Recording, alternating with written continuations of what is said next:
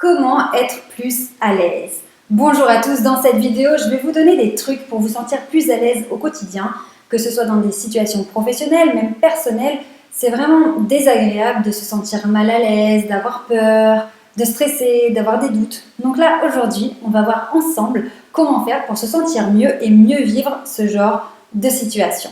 Avant de commencer, vous savez que vous avez accès au programme gratuit Diamant Brut. Il vous suffit de cliquer sur le lien en dessous de cette vidéo. C'est un programme, une formation totalement gratuite et vous allez avoir accès à des conseils vraiment très précis à appliquer dans votre quotidien pour vous sentir mieux et pouvoir atteindre vos objectifs de manière sereine et avec toute la performance dont vous avez besoin. Donc vraiment, cliquez sur ce lien. Vous avez accès à plein de choses gratuites. Donc go, c'est parti, il n'y a plus rien qui peut nous arrêter. Alors aujourd'hui, comment faire pour se sentir plus à l'aise dans toutes ces situations qui nous mettent un petit peu dans l'embarras? Eh bien, la première chose, un des freins qui nous empêche de passer à l'action, qui nous empêche de nous sentir vraiment nous-mêmes et de se sentir comme un poisson dans l'eau, eh bien, c'est la peur du regard des autres. Et oui, non mais c'est terrible. En fait, on ne s'en rend pas compte, mais la peur d'être jugé, la peur de passer pour quelqu'un de bête ou de faire une bourde ou de se tromper, de faire un truc débile, eh bien ça, vraiment, ça nous inhibe, ça nous bloque et ça nous empêche d'être spontané ou d'être vrai ou d'être authentique parce qu'on a tellement de peur de faire un truc de travers, voilà, qu'on nous juge, d'avoir une réflexion, que même on s'imagine qu'une personne pourrait penser quelque chose de mal sur nous, qu'on est totalement tétanisé et on n'ose pas être nous-mêmes en fait.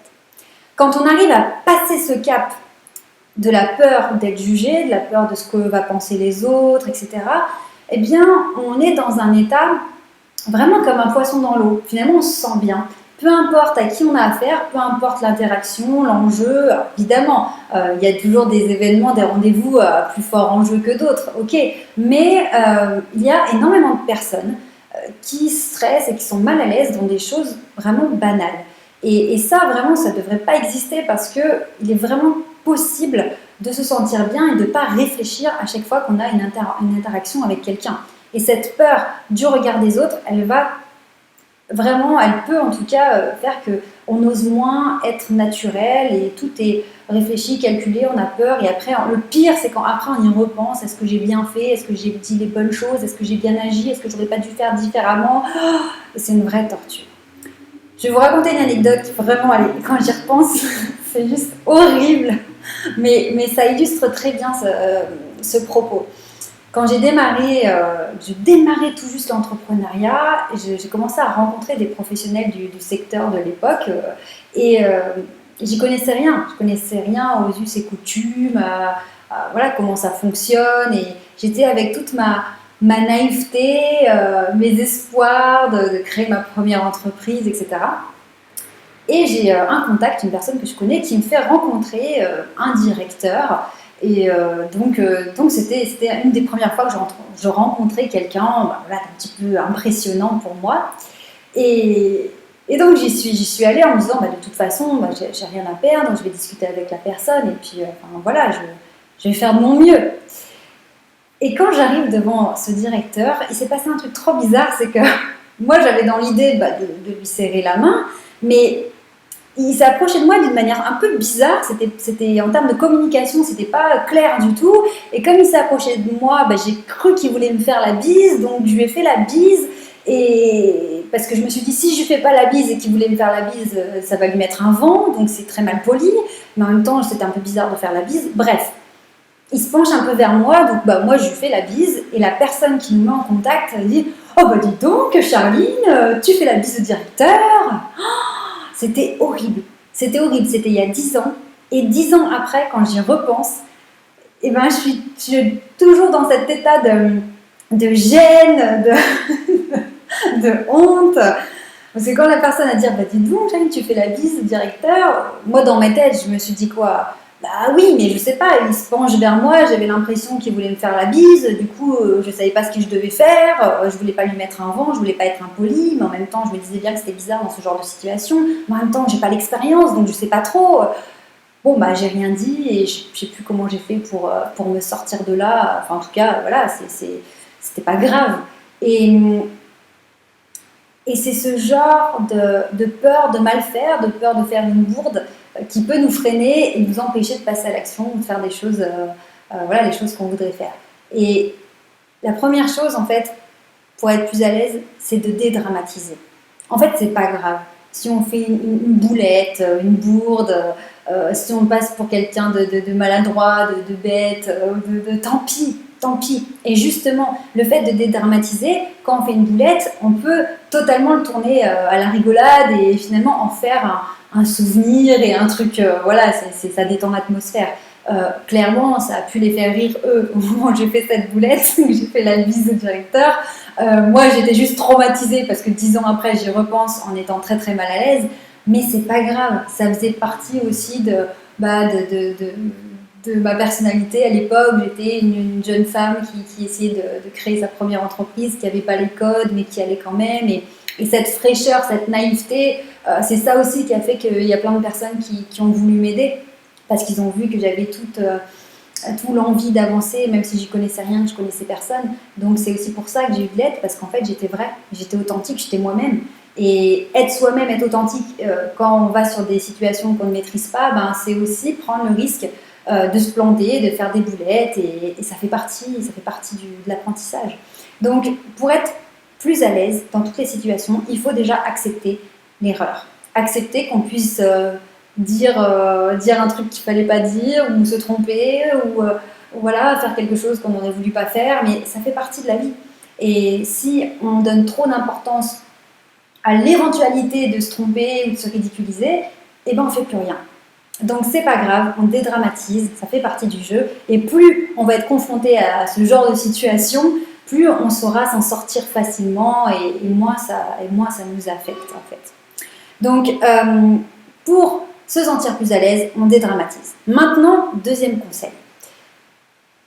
Certaines personnes font toujours les mêmes choses de la même manière et donc elles restent dans leur zone de confort. Ce qu'on appelle la zone de confort, c'est faire des choses qu'on a l'habitude de faire et qui ne nous génèrent pas de stress ni d'inconfort parce qu'on sait exactement comment faire, on sait ce qui va se dérouler.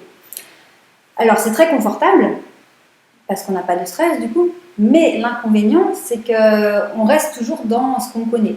Et quand on a envie d'évoluer, de changer, d'avancer, eh ben, si on reste dans notre zone de confort, on ne peut pas évoluer.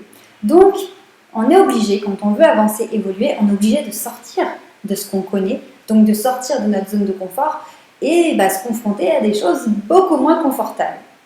Si vous n'avez pas l'habitude de sortir de votre zone de confort, eh bien, ça va être un vrai stress, un vrai choc. Parce que c'est la première fois que vous êtes confronté à une situation inconnue et toutes vos alertes, tout votre corps va être en alerte maximale parce que vous n'avez pas l'habitude de vivre ce genre de choses. Maintenant, si dans votre quotidien, vous vous habituez à sortir de votre zone de confort, ne serait-ce que par exemple dire bonjour à un voisin que vous croisez, discuter avec un collaborateur que vous voyez rarement, bref, parler à des inconnus, ce genre de choses, eh bien, sortir de votre zone de confort devient une habitude. Donc, ça sera beaucoup plus facile d'aller vers de nouvelles choses et de se sentir finalement à l'aise même dans des situations qui sont nouvelles ou quelque part où vous n'avez pas les codes. Peut-être si vous allez dans un milieu où vous n'êtes pas d'origine de ce milieu et que vous n'avez pas trop les codes, vous ne savez pas trop ce qu'il faut faire.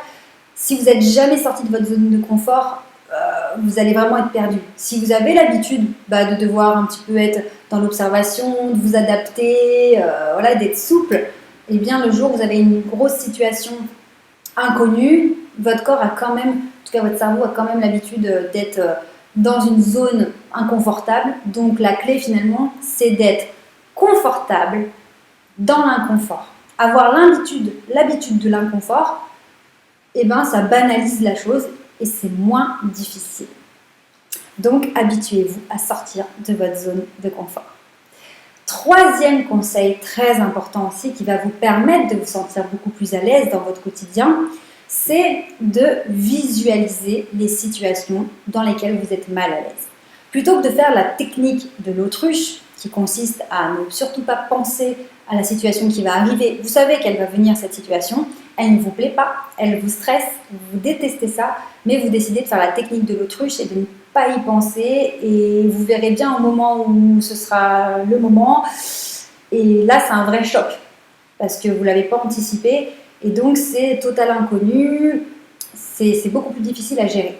Maintenant, si vous êtes honnête avec vous-même, vous dites voilà, cette situation-là, c'est vraiment, j'aime pas.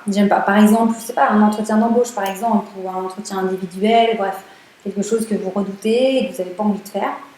Bon, clairement, j'ai pas envie de faire cet entretien. Voilà, je suis honnête avec moi-même, j'ai pas envie de le faire. Pourquoi? Parce que j'ai peur. J'ai peur de quoi? J'ai peur de ne pas savoir répondre aux questions. J'ai peur de dire une bêtise. J'ai peur que mon stress se voit. Déjà, j'énumère mes peurs. Je suis honnête avec moi-même. Le fait de les énumérer, d'en prendre conscience et de les verbaliser, ça va calmer la peur. Ça va calmer le cerveau qui est au taquet du stress. Là, on est réglo, on sait ce qui se passe. Donc déjà, ça va être plus facile. Maintenant, on peut visualiser ce qui va se passer. J'ai peur de répondre aux questions? Ok, je vais me préparer. Quel type de questions je pourrais avoir? Et là, je m'imagine la personne qui me pose cette question, ok, et je vais m'imaginer répondre. Ça va me permettre déjà de préparer d'éventuelles réponses, donc au moins, je ne vais pas partir de zéro quand je serai en rendez-vous, mais surtout, je vais préparer mon cerveau à la situation. Et plutôt que ce soit une situation que mon cerveau découvre, que je découvre et que je sois submergée de stress, de peur et d'embarras, eh bien, c'est une situation que j'aurais déjà vécue en amont. Donc, encore une fois, je vais banaliser la situation. Donc, je serai moins mal à l'aise, perdue, sans savoir ce que je dois faire. J'aurai déjà une idée de ce que je suis censée faire. Vous le comprenez dans cette vidéo, finalement, quand on est mal à l'aise, c'est souvent qu'on n'a pas du tout de contrôle sur ce qu'on est censé faire.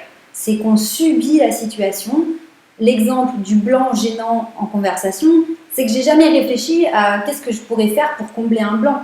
Qu'est-ce que je pourrais faire, par exemple, je sais pas, proposer un verre, proposer un café, poser la question de tiens, est-ce que tu fais quelque chose pendant les vacances, des trucs débiles, je vous l'accorde, mais si je me suis déjà préparée en amont à ce blanc gênant dans une conversation, au moment voulu, plutôt que d'être mal à l'aise et de subir, j'aurai des armes, je saurai quoi faire.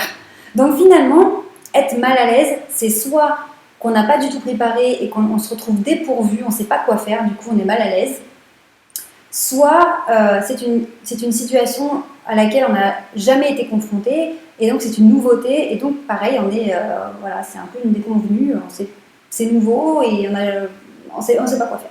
Donc, pour être plus à l'aise, on s'habitue à sortir de sa zone de confort, on s'habitue à être confortable dans l'inconfort. Et aussi, quand on sait que quelque chose va arriver, on risque d'être mal à l'aise, eh bien on prépare, on anticipe, on visualise, on ne se fait plus surprendre. Et au moment où on se sent mal à l'aise, on se dit « qu'est-ce que je peux faire ? Qu'est-ce que je peux faire pour me sentir mieux ou donner l'impression que je suis à l'aise ?» On sait que pour donner l'impression qu'on est à l'aise, c'est extrêmement puissant. Je vous invite à regarder d'autres vidéos sur la chaîne qui traitent justement des paramètres qui font qu'on pense que vous êtes à l'aise, que vous avez confiance en vous, notamment par l'attitude, le langage non verbal, etc.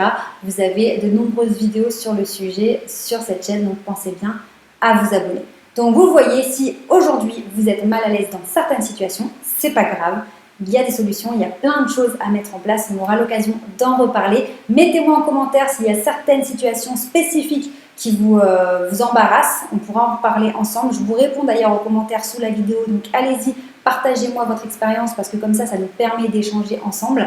Et sinon, je vous dis à très très bientôt. Prenez soin de vous. À plus tard. Ciao.